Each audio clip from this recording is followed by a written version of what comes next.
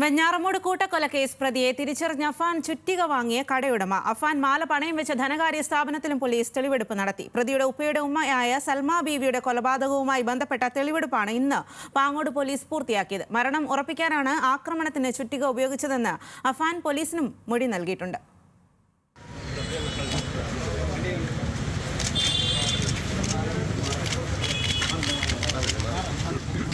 തെളിവെടുപ്പിനിടെ അഫാന്റെ മുഖത്ത് കുറ്റബോധമോ ഭാവവ്യത്യാസമോ ഇല്ലായിരുന്നു.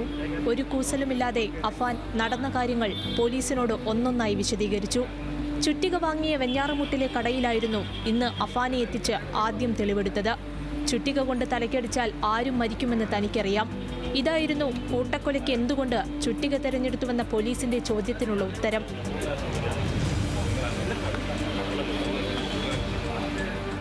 കൂടാതെ ചുറ്റിക എളുപ്പത്തിൽ കൊണ്ടു നടക്കാൻ കഴിയുമെന്നും അഫാൻ മൊഴി നൽകി.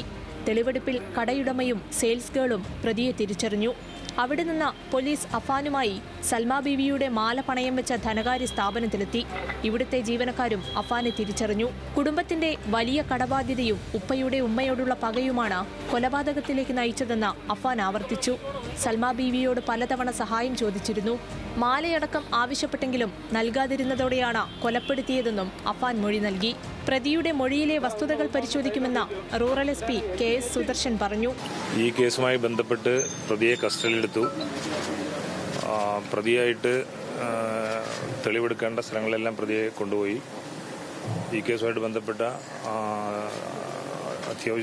ഇതുമായിട്ട് ബന്ധപ്പെട്ടുള്ള തെളിവുകളെല്ലാം നമ്മൾ ശേഖരിച്ചു കഴിഞ്ഞിട്ടുള്ളതാണ്. വെഞ്ഞാറമൂട് രജിസ്റ്റർ ചെയ്തിട്ടുള്ള 2 കേസുകളിലേക്ക് കൂടി ഈ പ്രതിയെ കസ്റ്റഡിയിലെടുത്ത് ബാക്കി അന്വേഷണം നടത്തേണ്ടതായിട്ടുണ്ട്.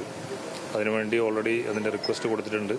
തിങ്കളാഴ്ച പ്രതിയെ നമ്മൾ മറ്റ് കേസുകളിലേക്കും കൂടി കസ്റ്റഡി എടുക്കുന്നതായിരിക്കും.